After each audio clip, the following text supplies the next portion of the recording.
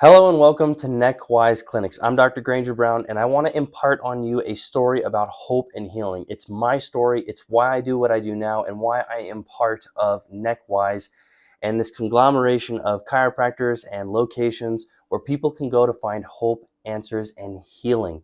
Now, my story goes all the way back to my childhood, and if you've been through the mainstream system and you've had all the tests done, you've had all the different medications, the surgeries, this, that, or the other, and you just haven't found relief, well, you're not alone. That's been me too.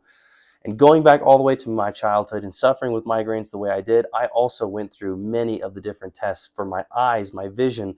I went through food sensitivity tests. I went through the CT scans, the brain scans, all these things, only to find out that there was nothing wrong with me and that there wasn't anything that the doctors could do. Well, fast forward into my later years, I found myself becoming a chiropractor because I figured if nobody else could figure out what was going on, I was going to figure it out for myself. Now, while I was in chiropractic school, I found myself under the care of an upper cervical intern, and within 3 months, my life dramatically changed.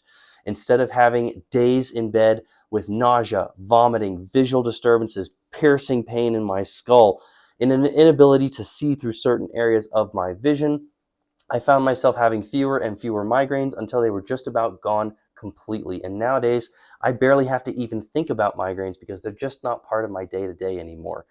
Now, all this being said, how is it that this upper neck area can be related to so many different things, and how can it be related to your migraines or your chronic health disorder? And why should you go see a chiropractor or an upper cervical chiropractor from the get-go?